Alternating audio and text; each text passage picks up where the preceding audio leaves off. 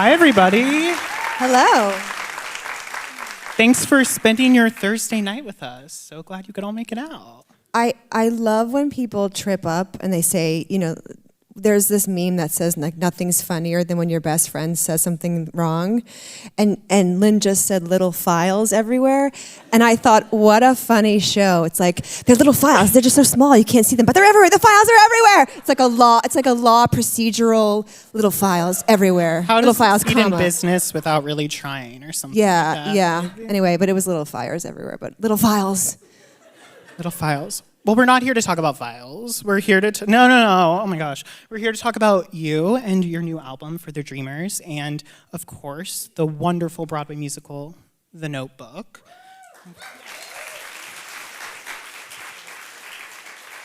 And so Ingrid and I go way back, and by way back I mean March. We met one another on a Zoom. I interviewed her and a cast member of The Notebook, Carson, for ELLE magazine. And I personally feel like we go back further than that because your song, Over You, with A Great Big World, changed little Sam's life. It was like, help me through my first breakup that my mom and dad didn't know about in high school, whatever. And I think you have such this unique ability to really make people feel through your music. And when you've talked about For the Dreamers before, I feel like you've talked about it being kind of this warm hug. And so I'm really curious to hear from you how you put your emotion into your music and how you allow us to feel through your experiences.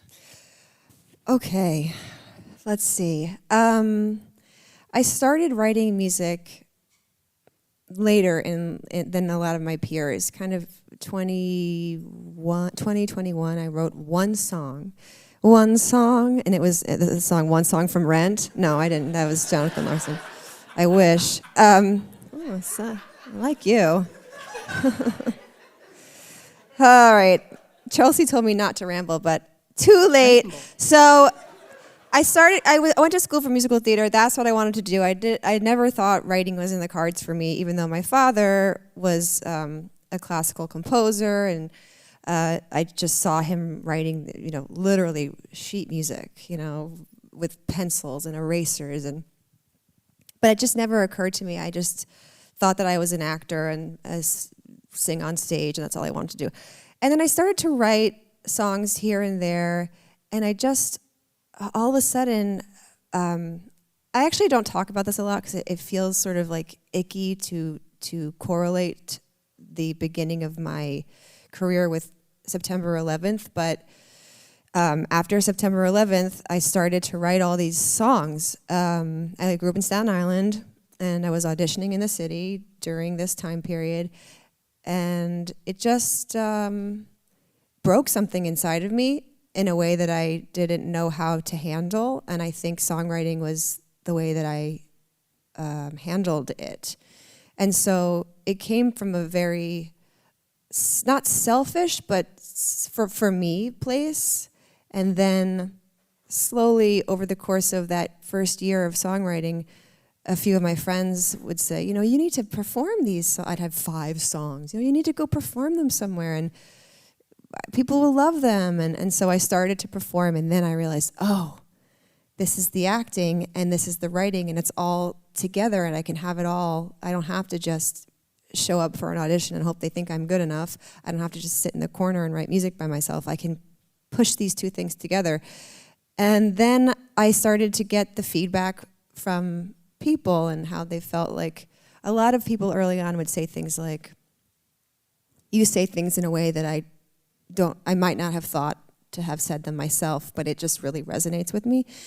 And I love that. And so I think my relationship with my audience, just over the course of live shows and over the course of just years of social media feedback, where you get to know right away what people think, I kind of learned with people what they not what they wanted from me, but kind of what can I offer that feels like the thing that will calm people and soothe people and make people feel less alone, because that's what ultimately everybody wants. That's what I want.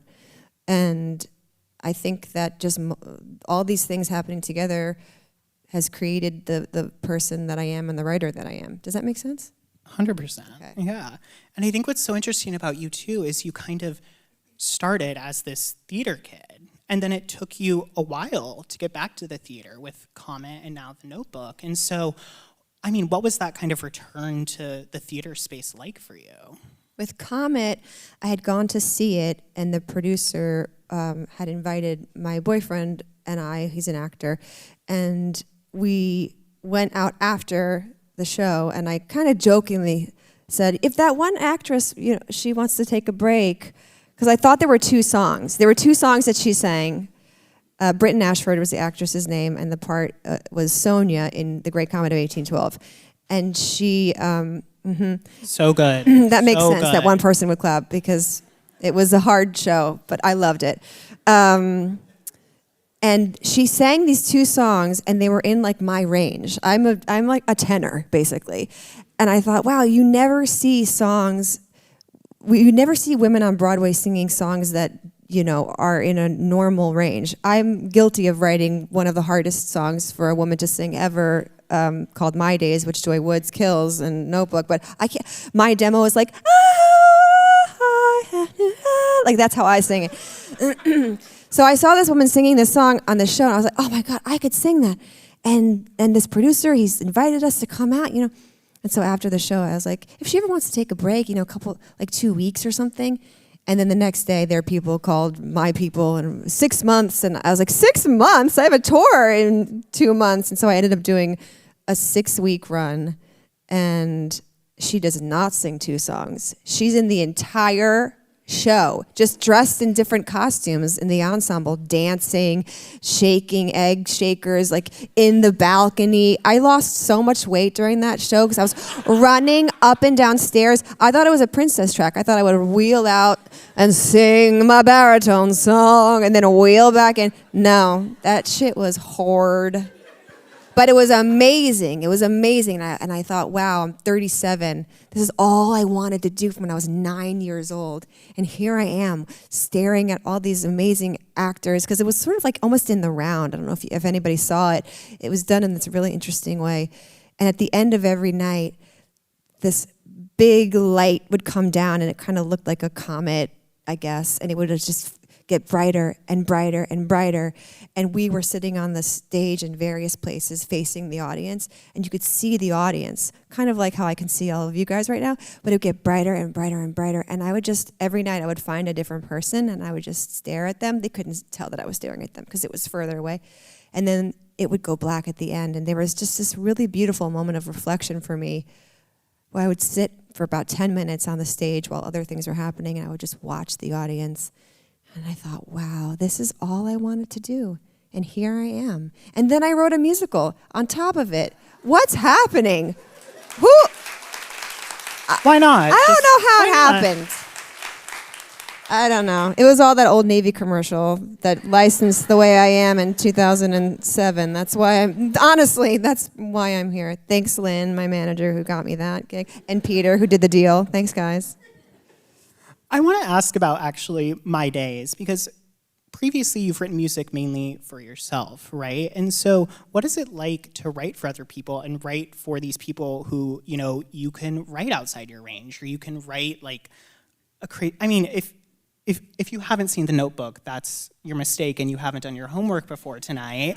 But those actors are all over the staff. So they all hit high notes throughout the entire night. And so what was that? I love it. Well, I think I got so used to writing from my limitations. I love my voice. I have a very specific voice, but I do have limitations, range speaking wise.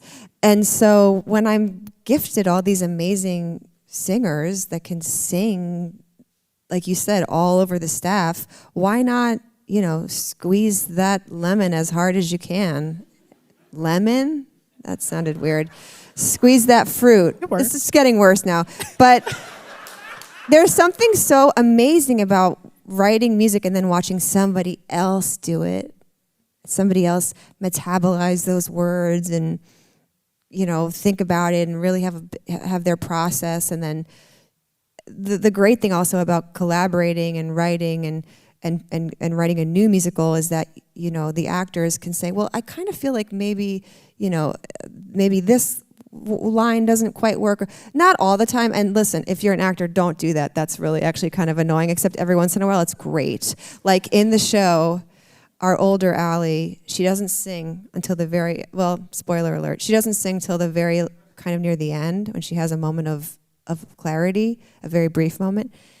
And the original line was, I know your hands, I've seen them wrapped around a baby girl. We have a boy, he has your hands. And we had done that in Chicago, that's what it was. And halfway through our rehearsals in New York, Marianne Plunkett, the amazing Marianne Plunkett, pulls me aside and she's like, can I try something? I said, of course. She goes, can I try? I know your hands, I've seen them wrapped around a baby girl. I have a girl. I have a boy. He has your hands. So she's remembering herself first before him. And I thought, oh, that's better. Don't tell anyone that I didn't do it. But it's a moment in the show that's just, it stops you, just, it stops your heart for a moment. And it's just so, she's also acts it so beautifully.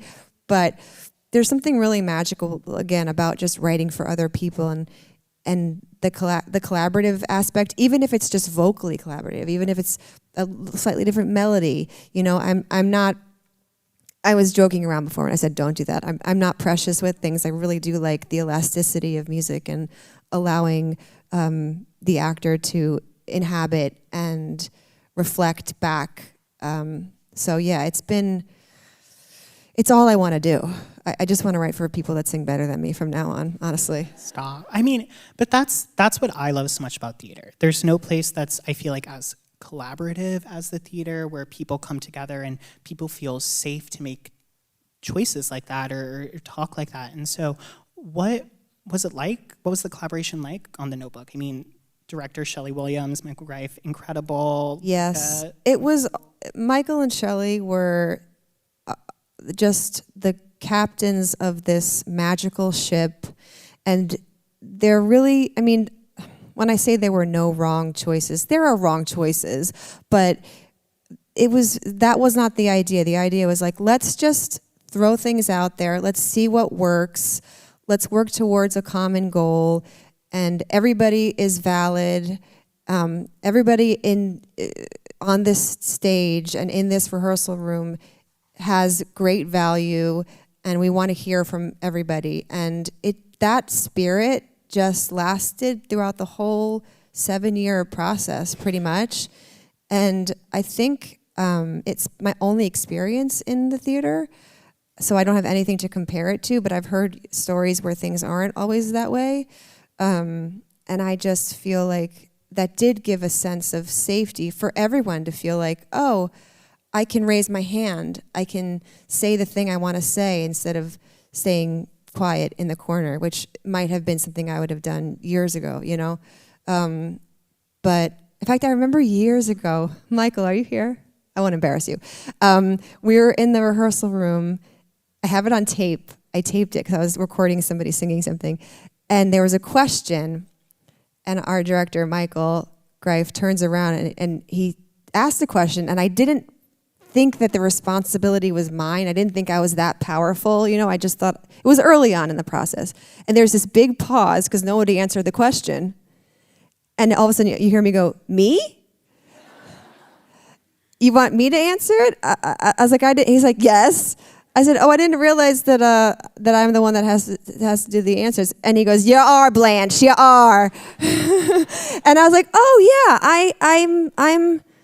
I have something to contribute, and it's obvious they asked me to write the music and the lyrics, but even a couple years after being asked, I still was like looking around like, oh, me? You want me to? And so I think just, yeah, it was just the loveliest experience the whole way through, and I actually miss that developmental space because it's kind of before everybody gets their talons in you and decides what kind of show you've made. You know, you still get to have your little precious moments, and yeah, I adored every moment of it. So I mean, if you love that developmental space, would you ever do it again, do you think? Yes, I want to do it again and again and again and again and again and Absolutely. again. Yes. But it was a 7-year Yes, we had COVID that happened that slowed us down a little bit, but I actually think probably like many projects, that time gave us a lot of time to reflect and to adjust, and our world, especially our country, went through a gigantic racial awakening in ways that we weren't ready for. And I think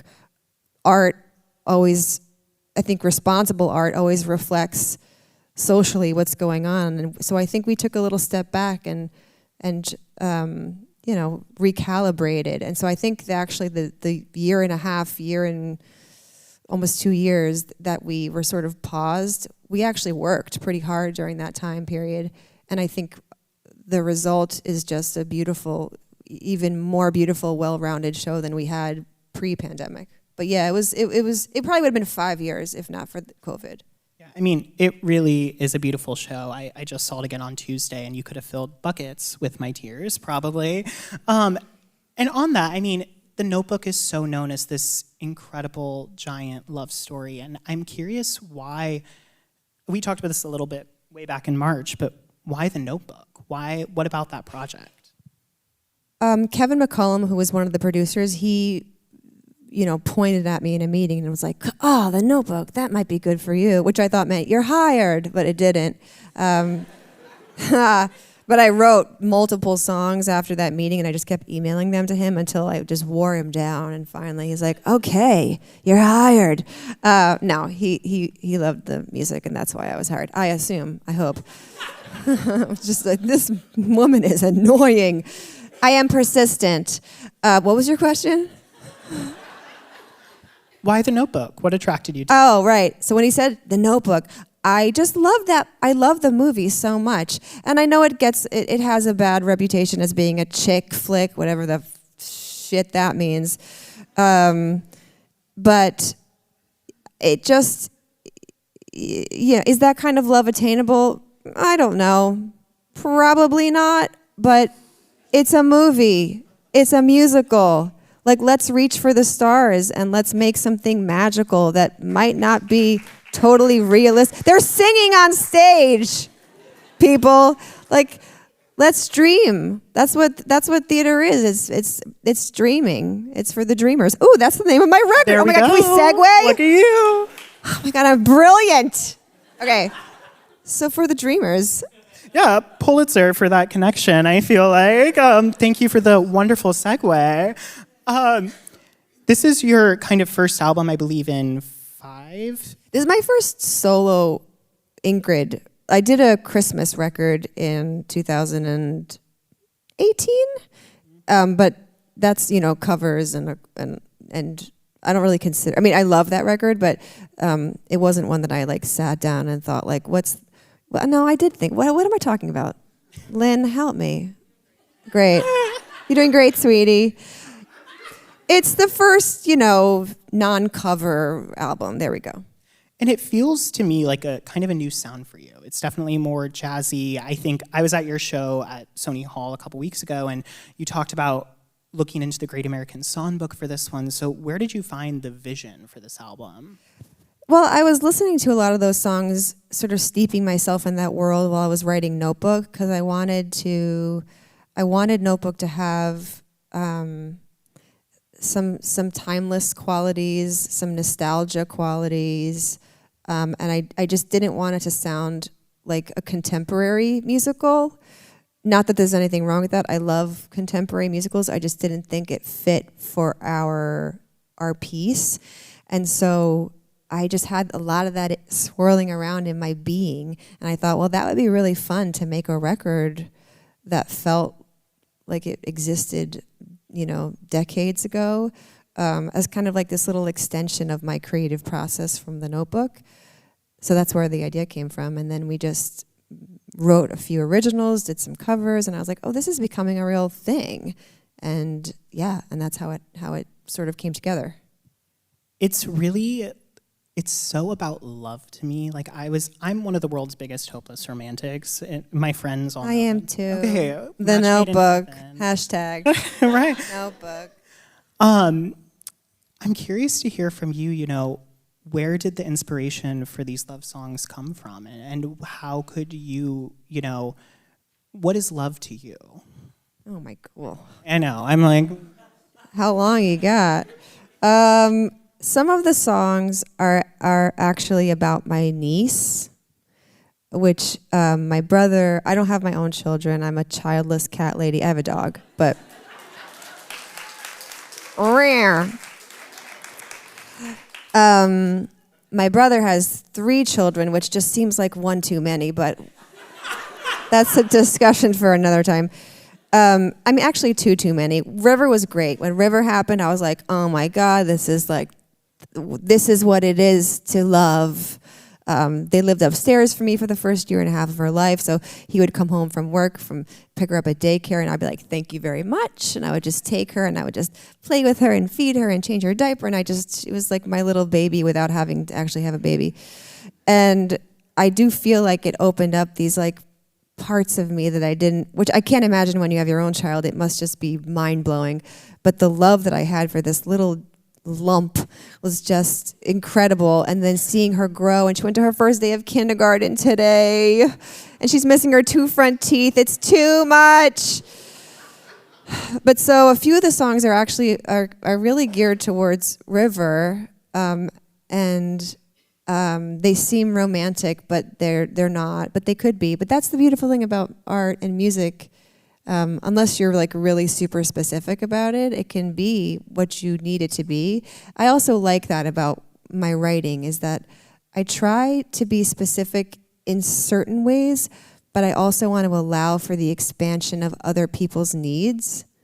And yeah, that also kind of bleeds into Notebook in a lot of ways. I wanted the songs to definitely make sense within the context, but I also wanted you to like My Days. You can pluck My Days out of the show and have it feel, it's anthemic for wanting to make sure that you're living your life to the fullest, which is something I think we all need constant reminders of, because we get stuck on our Instagram and stuck in gossip and stuck in self-doubt or whatever. And so I really feel like that's what I do in general. It's kind of what I do best, is I find very specific moments to sing about, but I let it be within this universal, bath. yeah, I mean, I was listening last night and it made me blubber over a boy, so thank you. Which song? Well, it was the Notebook cover, actually. So If This Is Love. Which is on the record. Yes. Yes. It's the Another For the Dreamers. segue. We're doing so well right now. We're doing so well. You do a couple covers on the record, too. What a Wonderful World, which is so beautiful and so lovely. How did you choose which songs to cover on this album? That one specifically, so I've been with my partner for almost 10 years, and he has 2 grown kids now, and they lost their mom 2 Christmases ago, tragically very early. And at her celebration of life, we didn't have a funeral, we had a celebration of life a few months after, and her husband asked me to sing something, and I was like, I can't sing, I'm gonna be too sad. And I thought, okay, there was a pianist there, and I thought, here's what I can sing if I'm not crumpled in the corner. But the whole event was actually really lovely. She had a lot of stand-up comedian friends, so like there was a lot of humor. The kids got up, they're grown, 23 and 25. They got up and performed the dance from Friends, and like, so I felt like, okay, I can do this, and I sang Wonderful World. And to me, that song, and the way, it was written, Louis Armstrong sang that. It was, I believe, shortly after World War II. And it was meant to be, it's not a declaration of like, yeah, what a wonderful world. It's more like, maybe we can have this. Maybe if we try, we can have this thing. Again, it goes back to the idea of dreaming. And will we ever have a perfect world? No. But the lyrics in the song, I see children cry, I watch them grow, they'll learn much more than I'll ever know. You look at the younger generation of kids coming up and their passion and how I think they're going to make this world a better place, you being one of those young people I'm talking about. I'm old enough to say that now. Were you born after 1995? Stop.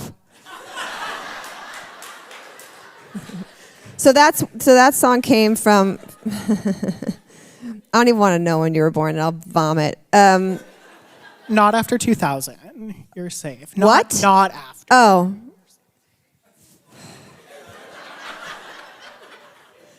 It's still 2003 in my mind. Ballet flats are coming back. Why? Why? Who's wearing ballet flats tonight? Raise your hand. Terrible. Terrible choice. Mark my words. No, they'll be around for a while. Anyway. That was 2007 when the ballet flats came, and I had a lot of them. Oh, did I? Hideous. But now we wear them with big, huge, weird barrel pants, which makes it look so much better. I have barrel pants on right now. I look like I'm wearing clothes that belong to somebody much bigger than me, but I guess I look good. You look great. Well, right now I'm wearing something that you can't tell what's going on underneath, but it's the mystery. I feel like I look like a gallery owner, like an art gallery owner, you know? I need a scarf. Can we get her a scarf? Can we get her a scarf? No, I'm kidding. And like a Manet paint, like a print of like a you know, Picasso print scarf to wrap around, and like big funky glasses, which basically is my aesthetic. I don't know why I'm like kind of making fun of it, because that just is what I am. I just want to sit up here and talk fashion trends with you for like 7 years. I feel like it would change my life. Yeah. Anyway, I'm in my gallery owner outfit. I love it. I think we have some questions from the crowd now. Questions from the crowd. Remember when I said I didn't want to talk a lot before I sang? Guess that didn't work out. Oh, you skipped one. That one wasn't good. Well, I asked it. Sorry. Okay. That person. But good for you. Thank you. Okay, I'll ask this. What are your plans for future projects? What's next on the horizon? Well, Notebook is going to tour next year, which is very exciting.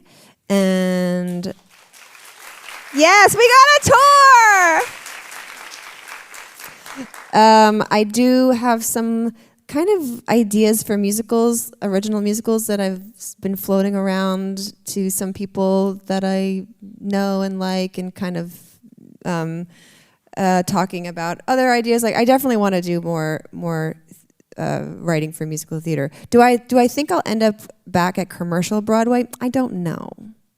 It's this very specific beast, and it's wonderful, but there's a lot of pressure, and I feel like I did it. And I'm not saying I would never do it again. If there's any producers out there, I would do it again.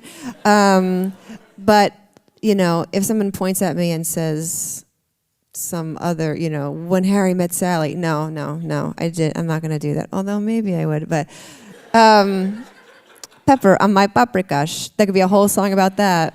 Tap dancing, Pepper Mills. I just know I love the theater space, and I love writing for theater, and I don't care what it is, I just want to do something. And I think I'm fortunate enough that I have made a lovely living on my songwriting, that I can take projects that might not pay a lot of money, which is Broadway, but off Broadway probably even less. But I really look forward to where that life is going to take me, because I think I'm just at the beginning. Love that. Love that. Yes. I know we're going to see When Harry Met Sally the musical in like 5 years, I swear. When Harry met Sally and Sally met Harry. Oh, it was a wonderful time. Heard it here first. The I'll have what she's having moment. Wait. We'll just have like multiple people faking orgasms all over the whole. We'll like plant people in the audience and scare all the people. Do you just want to head over to the piano right now and compose it for us? And No. I bet the New York Times would love that, though. Oh, okay. What? whoever asked this question, it's pretty iconic. If you were a chair, what kind of chair would you be? I love this question. I feel like I would be a papasan. Do you remember what papasans are? They were like, the bamboo frame was big and circular, and it would kind of rotate on its bamboo bottom, and then there was a big round cushion that would go in the middle, and you would just like plop your body down on the papasan. And it's kind of like retro and kind of quirky and really comfortable, and you might find it in like your aunt's basement. I feel like that fits me. Like an interesting pattern. Cats like to sit on it, you know. I don't know. This is from Sarah. Music is such an important part of people's lives. What is your favorite life lyric, a lyric you live by? I probably should have seen this question beforehand so I could have come up with something. A life lyric that I live by. Shit. Sarah, stumped. Sarah, you might have stumped me. What's your freaking lyric?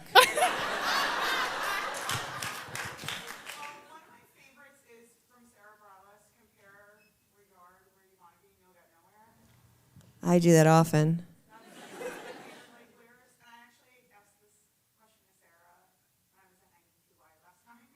And was that her favorite? Oh. What was hers? I'll just...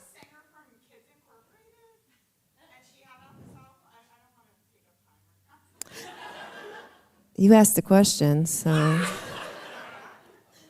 I like to joke around about I can't do anything without Sarah Bareilles' name being brought up into it. It's seriously the fucking funniest shit ever. And I love her. She's like, I wish she was a freaking bitch so I could be like, I hate her. But honestly, wherever I go, Sarah's name, literally anything. I was like, when's it gonna happen? So thank you. I can take my Sarah Bareilles shot now. I'll think of it. You know what? You know what's a good one for me? This is something that I wish I could live by. That song in Frozen, Let It Go. Just let it go, Ingrid. Like really, I hold on to things so tightly that I stifle them. And I often have to unclench my fists, my jaw, my brain. It's something that I'm actively working on in therapy with my therapist, Sarah Bareilles, but I should FaceTime her right now. Like, well, again, you were brought up. She knows. It's a joke. Ha ha ha. Nobody mistakes her for me, but everyone mistakes me for her. I can't imagine people bringing up Ingrid Michaelson in a Sarah Bareilles Q&A, but maybe they do. They don't. Mm-hmm. I do, though, honestly. She's so kind. And so that's why I feel like I can kind of make fun, because she is truly just every time she texts me, it's like the sweetest, kindest words of encouragement, and has been a wonderful guide through all of Notebook. So, yeah, there are worse people to be brought into every single interview. She's the best. She's the best person to be brought into every interview. The fact that you guys text made my heart burst. I know. I feel like a lot of people are like, you know Sarah Bareilles? Sarah Bareilles and Ingrid Michaelson? Ah! Yeah. Yeah. She lives right around the corner from me, too. If I could blow up your world even more. Do you guys get coffee? Sometimes we have sleepovers. Just kidding. We do have coffee, yeah.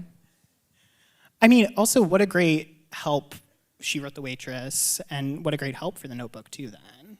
Yeah, she was really great. Shayna Taub, who wrote Stuffs, was really awesome. Just really helpful in terms of believing in myself, I think, you know, because it's a very small group of women who write musicals. It's getting bigger, which is amazing, but there's not a lot of us, and it's lovely to have that group. And men too, they're fine. No, I love men, they're great and encouraging as well. It's just a different kind of encouragement, you know, from a woman. Well, I think behind the scenes on Broadway, we saw a really big season for female representation. There was the most women directors, I think, ever on the Broadway stage this past season. Which was good to be a woman now all of a sudden. Don't worry, that'll pass probably. No, I think we're here to stay. Good. What is that new Katy Perry song? That new Katy Perry song? It's like Women's World, or like Women's we're World. here, we're not going anywhere. It's like, were we ever going anywhere? We're not. What is it? How does it go? It's a woman's world. I'm lucky to be living in it. Hey, hey. It's a woman confident. But when does she say like we're not going anywhere? That's the line that makes me confused. I never thought in my wildest dreams I'd be on a stage singing Women's World by Katy Perry with Ingrid Michaelson. She says something like, yeah. Yeah. I mean, to be honest, the whole song was confusing to me, but... Yes, yes, it was. It's catchy. I actually listened to it this morning. Somebody, come on, what is that line where she's like, and we're not going anywhere, we're here to stay. But like a few months ago, we were all gonna get shipped off. But like now, I think women are here to stay. But listen, she looks great, and the song's it's a bop. It's a banger. I just want to talk to her about that one line. But I would love to just have a very long chat with Katy Perry. Yeah, that would be great. Me too. Sign me up. Let's do it together. Let's see. Maybe she'll say yes. She won't. Maybe to you. You're attached to ELLE, right? And then I'll sneak in the back and be like, Katie, we have questions. There's this one line. Where were we going? It's a joke in my family that I bring up Katy Perry at every Christmas, and so this is just extending the lore there, I think, too. Wait, what? I bring up Katy Perry every Christmas. You see her? You listen to her every? Oh, I just have a... You're doing like a very pop star thing where you're covering the entire... There you go. Thank you. Oh, it was fixed. No, I'm obsessed with her career trajectory. Oh, yeah. It's a bizarre trajectory. Bizarre. It's a ping pong, but she's still going. She's going. Yeah. And I have firsthand knowledge that she's very, very, very nice. Yeah. Which is really lovely to hear. Yeah. I have a very good friend who's very good friends with her. That's the story of my life. Okay. We'll move back on track. Sorry. Katy Perry. How is the process of writing for a TV show different than your own new album? Is the song still written from your personal experience? Little files everywhere. Little files everywhere. Keep breathing. Where are those little files? Where are the files? If only we didn't make the file so little, we'd be able to find them. Johnny. Like 7 new musicals on the stage today. How is it different? They're different-ish, but it's everything I write. Even if it's for young ELLE in The Notebook, if it's for Ingrid singing a song that she sang at one of her friends' wake, if it's for me singing a song about my own heartbreak or my grief or my niece, or if it's a song that has to fit with these characters from Little Fires Everywhere. Everything, I take the story or I take the moment that I want to sing about and I kind of look at it and then I just go. And what kind of comes out. And it's always character specific or Ingrid specific, but it's really pushed through my own lens. So while, I'm going to sing a song from The Notebook tonight, which is on For the Dreamers called If This Is Love, and it's a song that a 17, 18-year-old girl is singing about falling in love for the first time. But when I sing it, I'm singing about the multiple times that I have been in love or felt like I've been in love and what that feels like and being scared. And so I'm not putting on this character, I'm singing it from a true place. And so it is different in slight ways, but I think the core of it all comes from my own experiences or my own interpretations of experiences. Okay, we do want to hear you sing, so this is going to be the last question. The Notebook is sadly closing on December 15th, and so if you haven't gone and seen it, you must go. Yes. I'm holding the microphone like that again. Oh my gosh, I'm now so aware of that. Ariana Grande! Born to be a pop star. I guess my question for you, what has this whole process meant for you, and how has it affected, I guess, your life and your well-being? The Notebook? Yep. Oh. And for the Dreamers, I mean, this last chapter in my life.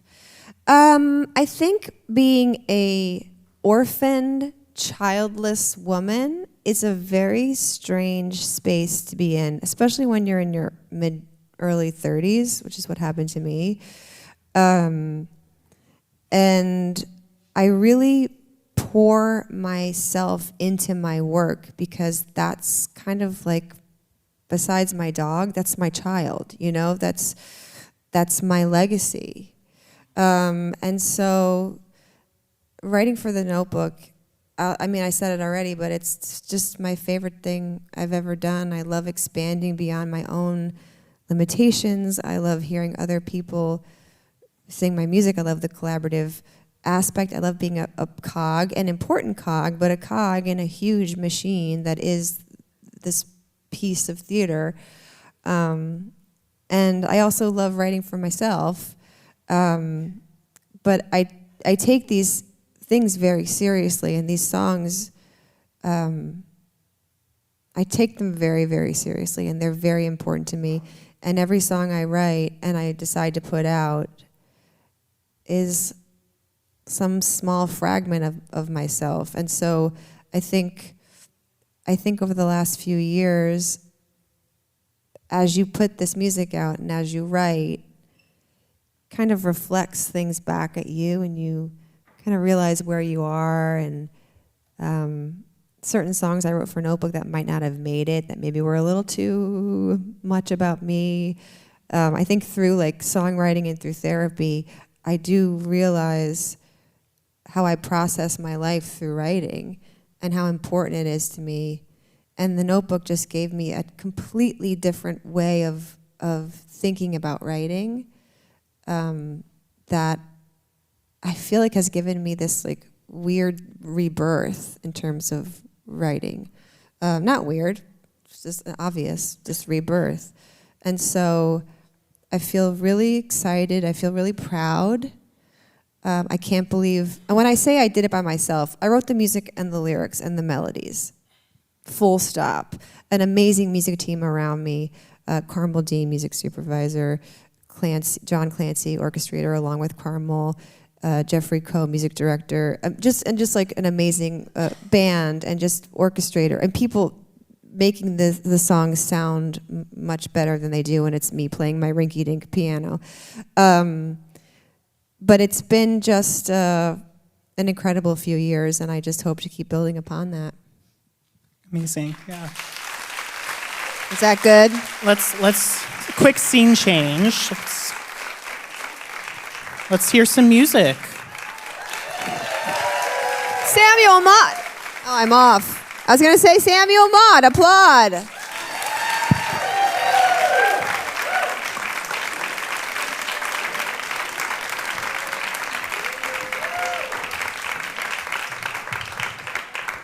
So we have these beautiful people on stage whose last names I'm surely going to mess up. Marco Paglia. Marco Paglia! Marta Bagratuni. Marta, I can't pronounce her last name. We've known each other for about a month now, and we've played a few shows together, and they honestly make me feel like I'm levitating out of my body. It's so gorgeous, so beautiful. This record, it has a lot of strings on it, and so when we were trying to figure out how are we going to sing these songs live with my, rock and roll band, it didn't quite make sense, and we were lucky enough to find these amazing, amazing players, and I've just loved our experiences together, and I hope we have many more. So, okay, here we go. I've got too many waters.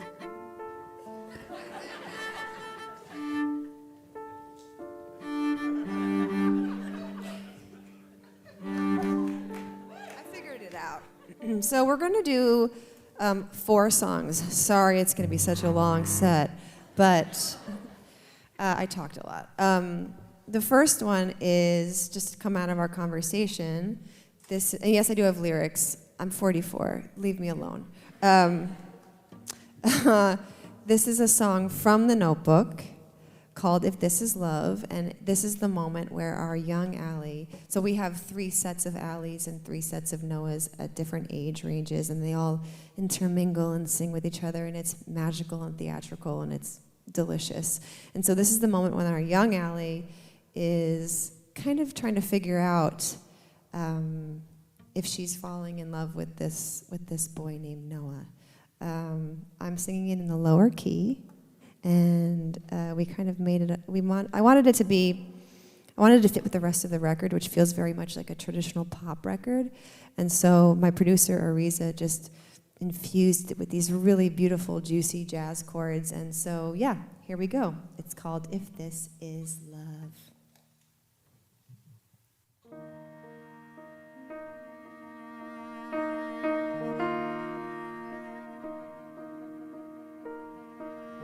I've waited every day to feel the way I feel. Knots in my stomach, the kind that never heal. Butterflies that fly in me and never seem to go away. Sick to my stomach when I think about his face, but in a good way, in a way I can't replace. No one can stop this, it's almost like a hurricane. If this is love, I'm not ready. If this is love, why am I so unsteady? If this is love, why did no one tell me the pain that I would feel? If this is love, maybe I'm ready. How do I know? I'm in my head again. If this is love, I think I'm in it. If this is love.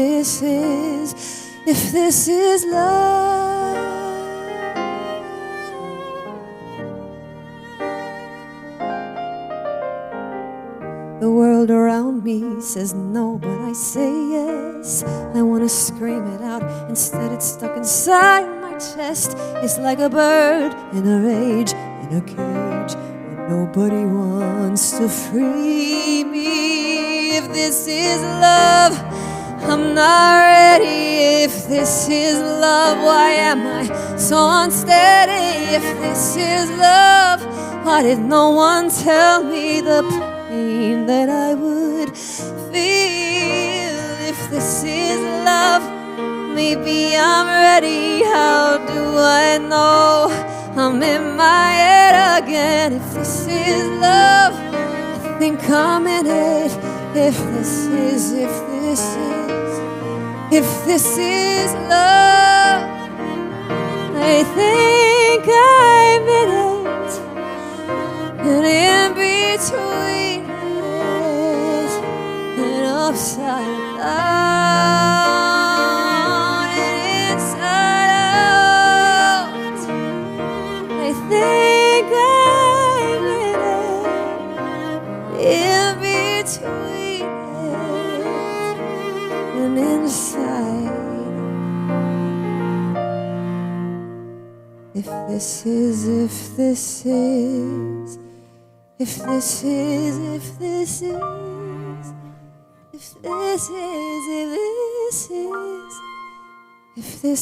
love, if this is love, if this is love.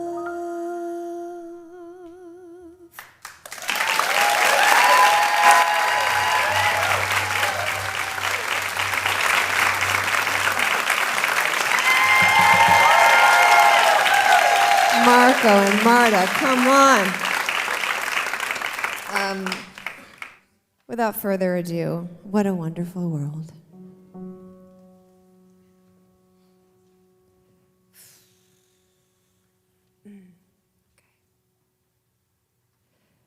I see trees of green, red roses too. I see them bloom for me and you, and I think to myself, what a wonderful world. I see skies of blue and clouds of white, bright blessed day and the dark sacred night, and I think to myself, what a wonderful world. The colors of the rainbow, so pretty in the sky, are also on the faces of people passing by. I see friends shaking hands, saying, how do you do? They're really saying, I love you.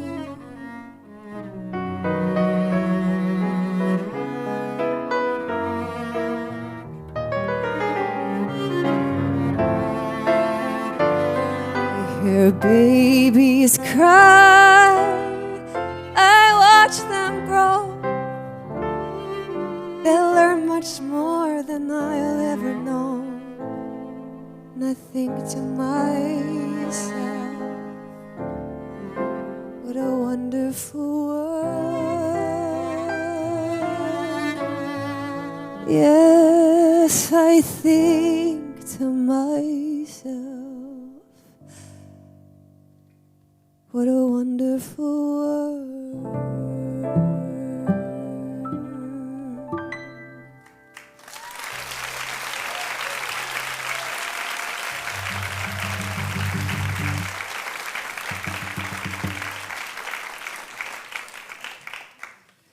I wrote this next one in Chicago when we were doing our out of town. If you don't know what that means, it's when you have a show going to Broadway, but you want to kind of get the kinks out, so you go to Chicago or La Jolla or wherever. And we were in Chicago Shakespeare, and I was in my high-rise apartment, which scared me because it was very high. And I had a piano, a little keyboard, and I was just kind of doubting everything that I was doing for Notebook. I felt like this is just schlock, and I'm a hack, and they're going to figure it out one day, you know, all those things. And I sat down at the piano. I thought, I'm going to write something that's not Notebook. I'm just going to write something. And I've made this very, very recent discovery that I think that I have a little inner cheerleader inside of me that comes out when I write music. Because I'm not like the most, I'm not like the happiest person in the world. I'm pretty pessimistic, but yet when I write music, there's always this underpinning of like, but it's going to be all right. And I don't really know where that comes from, because that's not really what I think, but I guess it is. You know what I mean? Because it's again, good. Maybe a third time. So I think that's what this song ended up being. It's just this little reminder that I need to try to stop always searching outside of myself for validation, and to really find it in here if possible, even if it's just for a moment, you know? Even if it's just fleeting moments of that, that's enough for me.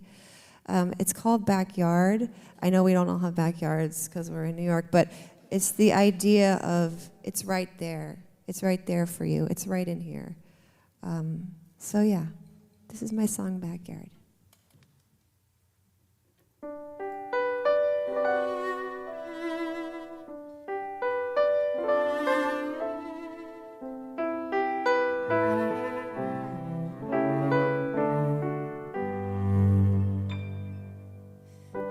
I believe in sunny days where rain clouds are far away, and there's nothing bad to say, in my own backyard, where the grass is always green, like nothing you've ever seen. And I'm peaceful and serene in my own backyard. Everything is going fast, try to make the happy last. Gotta slow the world down just a bit. When you feel like turning blue and you don't know what to do, there is good right there for you in your own backyard.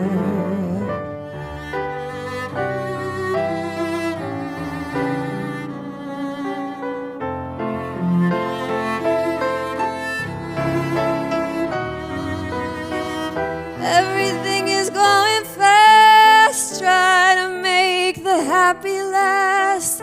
Gotta slow the world down just a bit.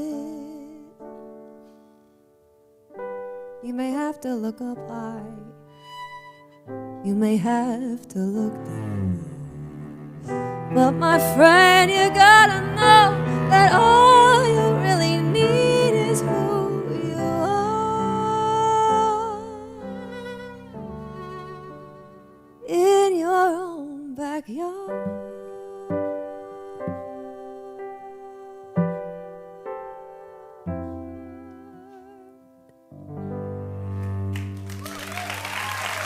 Let's hear it from Marco and Marta. Thank you guys so much.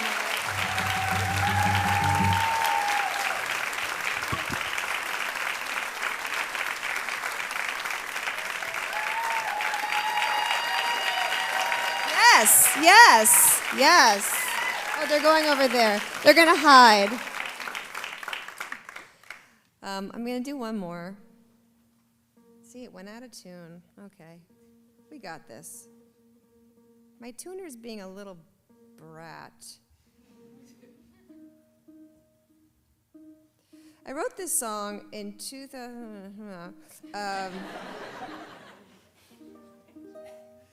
and I wrote it, forgot it, and it's not like I lived in the 17th century. I could have recorded it, didn't. I thought, oh, this is fun, I'll remember it. And then I went around and ran some errands. I think I went to the post office. I don't know what I did when I was young, doing things. Post office sounds really hot for a young person. No, but I remember I would go to the post office and mail like 8 CDs. You know, people bought 8 CDs that month, and I would go and sell my CDs. And I wrote this song, forgot it, woke up the next morning singing it, thought, gotta record that. And it's probably the reason why I'm standing here right now, because it got used in an Old Navy commercial for sweaters. Yes, good for sweaters or Old Navy, I don't know, or me, whatever you want. And it's just this like little sweet song that, to be honest, I didn't put much time or thought into it. And as I've grown with it over the last years, I have such a deep love for it because I wrote it from a space of not understanding what love was to a space of understanding what it is in a much deeper way. And it's like looking back at little Ingrid and what she thought was this one thing. And what we all think it is, or we all think things are. And then, you know, you get older and you realize that you were wrong. Or that you were just not there yet, you know? And I was dating a guy who didn't have a lot of hair, so that's the Rogaine part. I've always liked a receding hairline. Probably something weird in there, but thank you for coming. I was told I should get myself off the stage myself, so I thought I should prep you so that you're not in agony when the song is over, so you know that this is the last one. And I want to thank the Grammy Museum and the 92nd Street Y for having us. I want to thank Marco and Marta for joining me. I want to thank Sam for doing this amazing Q&A. Thank you guys for coming. This is, I texted my manager earlier, I don't want to do this tonight. This is what I always do. And then I get up here and I'm like, I don't want to leave. I feel like we're all like that, especially post-pandemic, Get out of, go out at 8? Are you fucking crazy? I'm in my bed watching Outlander at that point. So thank you for coming. And yeah, stream my new record, vinyl. What else do I have to say? Notebook is going to be open for a few months, and it's the most beautiful thing that I've ever been a part of. And so I hope that you, if you haven't seen it, you get a chance to see it with our beautiful cast. And if not, we are going on tour, so we're not going anywhere. We're still going to be here. All right, it's 8:41. I'm going to turn to a pumpkin. Here we go.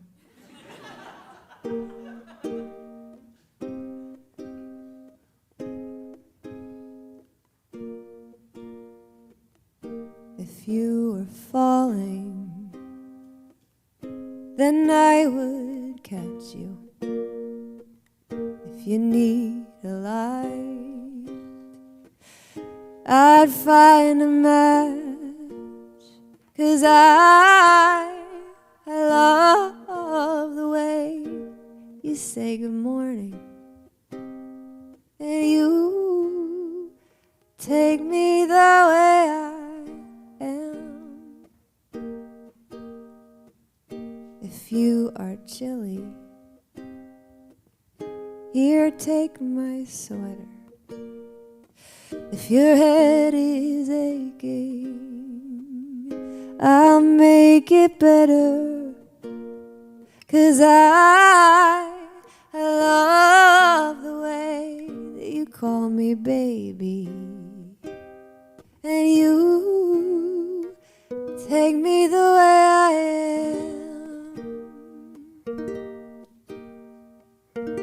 I'll buy you Rogaine when you start losing all your hair.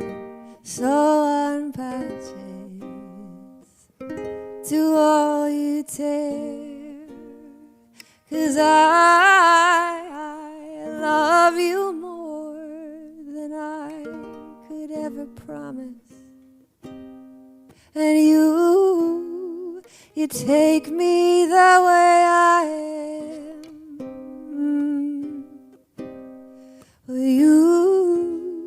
You take me the way I am. Oh, you take me the way I am. Thank you so much.